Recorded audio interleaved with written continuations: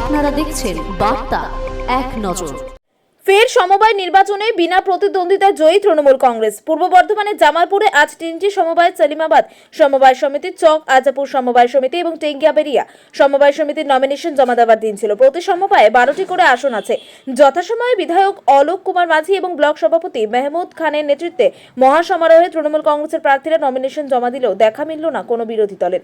নির্দিষ্ট সময় পর্যন্ত অন্য কোনো দল নমিনেশন না করার স্বাভাবিকভাবেই বিনা প্রতিদ্বন্দ্বিতায় জয়লাভ করল তৃণমূল কংগ্রেস। আজকের এই তিন জায়গায় সমবায় নির্বাচনে দলের একাধিক ব্লক নেতৃত্ব উপস্থিত ছিলেন কার্যকারী সভাপতি ভূতনাথ মালিক, শ্রমিক সংগঠনের সভাপতি তাবারক আলী মণ্ডল, জামালপুর 1 নম্বর গ্রাম পঞ্চায়েতের উপপ্রধান সাহাবুদ্দিন মণ্ডল, কৃষি কর্মাধ্যক্ষ জয়দেব সাহা সহ অন্যান্য অঞ্চল, যেগুলি সমবায় নির্বাচনে সবকটাতে বিনা প্রতিদ্বন্দ্বিতায় জয়লাভ করল তৃণমূল। এই জয়লাভ যে আগামী দিনে বিধানসভা নির্বাচনে তৃণমূল কংগ্রেসকে অনেকটা এগিয়ে রাখবে সেই বিষয়ে কোনো সন্দেহই থাকছে না। বিধায়ক অলোক কুমার মাঝি বলেন, রাজ্যে যে উন্নয়ন চলছে তাতে করে বিরোধীদের মানুষের কাছে পৌঁছে কিছু বলার নেই, তাই বিরোধীদের কোনো সমবায় নির্বাচনই দেখতে পাওয়া যাচ্ছে না। মেহমুদ খান বলেন, জামালপুরের মানুষ যে তৃণমূল কংগ্রেস ছাড়া আর কাউকে চায় না সেটা বিভিন্ন নির্বাচনে প্রমাণ করে দিয়েছে তারা।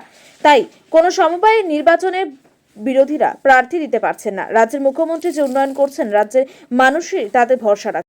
দাদা কি দেখলেন আজকে নির্বাচন? আমাদের আজকে জামালপুর যে আমাদের ব্লক, জামালপুর ব্লকে আমাদের জামালপুর বিধানসভার অন্তর্গত 3টে জায়গায় আমাদের আজকে সমবায় নির্বাচন আছে। আপনারা দেখছেন যে বিধানসভা ভোট 2000 আমাদের 21-এর পর বিভিন্ন জায়গায় বিভিন্ন উপনির্বাচন হয়েছে। কয়েকদিন আগেও 6টা উপনির্বাচন হলো বিধানসভা উপনির্বাচন। সেখানে 6-এ আমরা 6 মানে 6-0। বিরোধীরা সেখানে কোনোভাবেই তার দাঁত ফোটাতে পারেনি। মমতাময় সারা পশ্চিমবঙ্গ বিভিন্নভাবে অপপ্রচার করেও কিন্তু মমতা বন্দ্যোপাধ্যায় 6-0 সেই জায়গায় জয়লাভ এসেছে। আমরাও দেখছি যে আমরা বিভিন্ন এখন স্কুল নির্বাচন বা আমাদের সমবায় নির্বাচন আমাদের হচ্ছে, সেই সমবায় নির্বাচনেও আমরা জয়লাভ করছি। তাই বাংলার মানুষ যেভাবে মমতা বন্দ্যোপাধ্যায়ের যে উন্নয়ন, সেই উন্নয়নের সাথে আজকে আছে, কারণ বিরোধীরা অপপ্রচারকে তারা গুরুত্ব দেয়নি। বাংলার মানুষ চাই উন্নয়ন। 34 বছরে একটা সরকার দেখেছে যে সরকারের কোনো দিশা ছিল না, কোনো উদ্দেশ্য ছিল না। তারা শুধু বলতো ইনকলাব জিন্দাবাদ, আমরা খাবো তোমরা পাল। আজকে মমতা বন্দ্যোপাধ্যায় গরিব মানুষ, মেহনতি মানুষ, তফসিলি মানুষ, আদিবাসী মানুষ, সংখ্যালঘু মানুষ, সার্বিকভাবে প্রত্যেকটা মানুষকে সঙ্গে নিয়ে উন্নয়নে এগিয়ে যাচ্ছে। সেটা শিক্ষার ক্ষেত্রে হতে পারে, সামাজিক ক্ষেত্রে হতে পারে, আমাদের কৃষি ক্ষেত্রে হতে পারে, প্রত্যেকটা ক্ষেত্রে সেটা উন্নয়ন হয়েছে। সেই জায়গায় যে আমাদের আজকে 3 জায়গায় যে নির্বাচন আছে, বিশেষ করে সেলিমাবাদ আছে, টেঙ্গাবেড়ে আছে, আর হচ্ছে আমাদের চক আজাপুর আছে। এই 3টেতেই আজকে যারা আমাদের দলের মনোনীত প্রার্থী তারা নমিনেশন ফাইল করবে। আমরাও চাইবো যে বিরোধীরা এখানে অংশগ্রহণ করুক।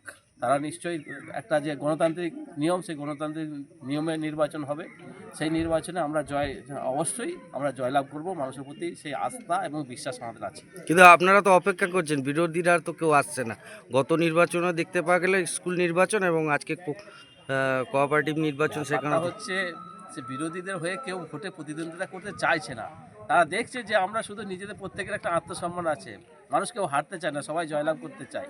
কিন্তু মানুষ একটা এমন প্ল্যাটফর্মকে বেছে নেয় যে প্ল্যাটফর্মে দ্রুত গতিতে আমরা নির্দিষ্ট জায়গায় পৌঁছে যাব। দেখবেন রাস্তায় বিভিন্ন রকমের গাড়ি থাকে, মানুষ যেটা ফার্স্ট সেটাতে যায়, তার গন্তব্যস্থলে আগে পৌঁছে যাবে।